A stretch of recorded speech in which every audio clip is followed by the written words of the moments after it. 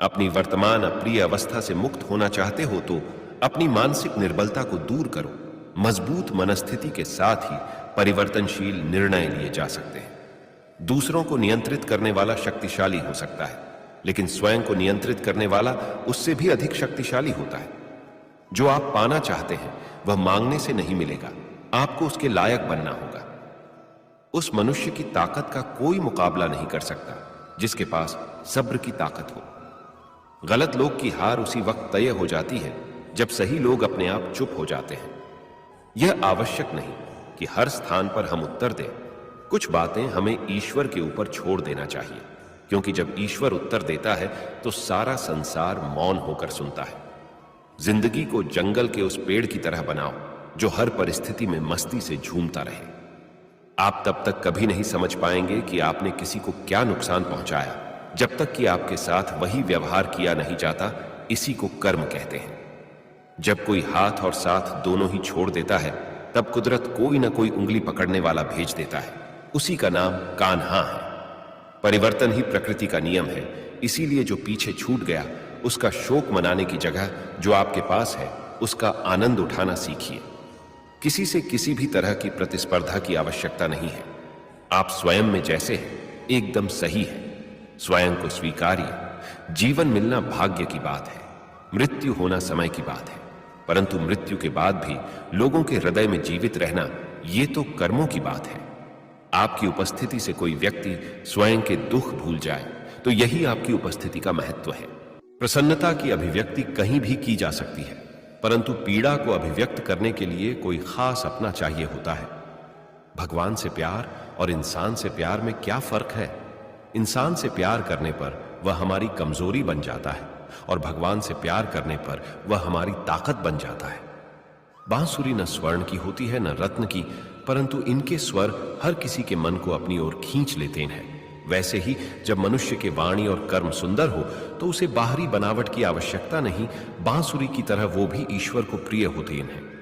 अगर आपकी समस्या जहाज जितनी बड़ी है तो भूले नहीं प्रभु कृपा सागर जितनी बड़ी है।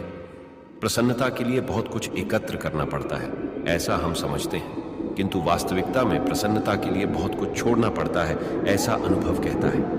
मनुष्य या कोई भी जीव अपने भाग्य का निर्माता खुद होता है। जो जैसा कर्म करता है उसका वैसा ही भाग्य बन जाता है। परम सौभाग्यशाली वो होते हैं जिनके पास भोजन के साथ भूख भी हो, बिस्तर के साथ नींद भी हो, धन के साथ धर्म भी हो और विशिष्टता के साथ शिष्टता भी हो। अहंकार मनुष्य से वह सब करवाता है जो अंत में उसी के विनाश का कारण बनता है। इसलिए जीवन में जितना जल्दी हो सके अपना अहंकार त्याग दें। दृढ़ इच्छा शक्ति वो शस्त्र है जिसके साथ तुम्हारे ज्ञान और क्षमता में आश्चर्यजनक परिवर्तन आता है। कलयुग चल रहा है, इसलिए ये विचार दिल से निकाल दीजिए कि बिना मतलब के कोई आपसे रिश्ता रखेगा। अपने पास ऐसा जरूर कुछ बचा कर रखिए कि लोग उसे पाने के लिए आपसे जुड़े रहें। खुद को खाली मत होने देना, क्योंकि लोग खाली चीजों को कचरे के डिब्बे में डाल देते हैं।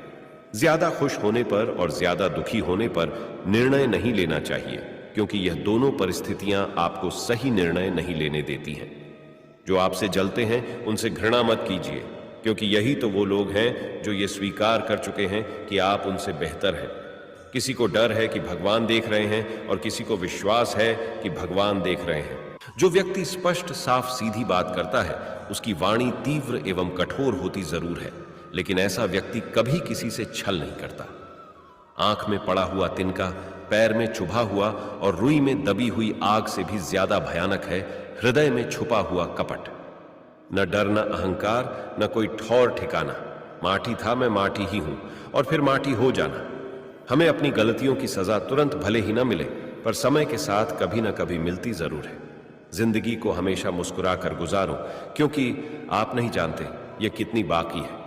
सुख में 100 मिले, दुख में मिले ना एक, साथ कष्ट में जो रहे वही मित्र है नेक। दूसरा कितना बुरा है इसका अंदाजा हर कोई लगा लेता है, लेकिन खुद कितने बुरे हैं इसका अंदाजा किसी को नहीं है। लोग अफसोस से कहते हैं कि कोई किसी का नहीं, और खुद से पूछना भूल जाते हैं कि हम किसके हैं। गीता में श्री कृष्ण ने कहा है, जो लोग तुम्हारी बुराई करते हैं करेंगे, चाहे तुम अच्छा करो या बुरा। इसलिए शांत रहकर